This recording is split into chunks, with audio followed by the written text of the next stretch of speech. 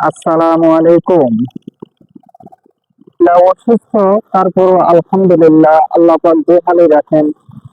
শুকর আলহামদুলিল্লাহ, আল্লাহ পাকের শুকরিয়া আদায় করতে হবে ভাই। ভাই একটু বুঝে ওটা, কেউ ঠেলা দিয়েন না ভাই।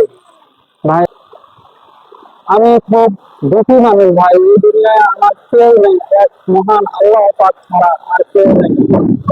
আমার মা আলহামদুলিল্লাহ আপনাদের দোয়ায় বেঁচে আছে, কিন্তু আমার মায়ের বয়স 85 বছর।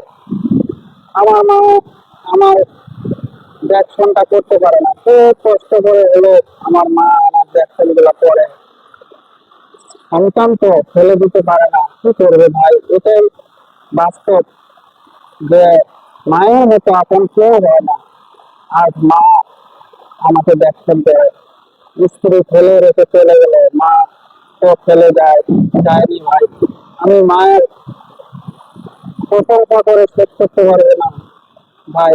আমার আমি বলবো পৃথিবীর সকল ভাই ও বোনদেরকে বলবো, মায়ের দিকে খেয়াল রাখবেন, মায়ের মতো আপন কেউ হয় না। সবাই ভালো থাকেন, সুস্থ থাকেন। আমার ভিডিওটি সবাই একটু সাপোর্ট করবেন, সবাই একটু আমাকে একটা সুযোগ দেন, যাতে করে আমি আপনাদের মাধ্যমে আমি যাতে একটা একটা ফেসবুক অথবা ইউটিউব একটা যেন মনিটাইজেশন পাই। আপনাদের একটু সাপোর্ট লাগবে আমার। সবাই ভালো থাকেন। আসসালামু আলাইকুম ওয়া রাহমাতুল্লাহ।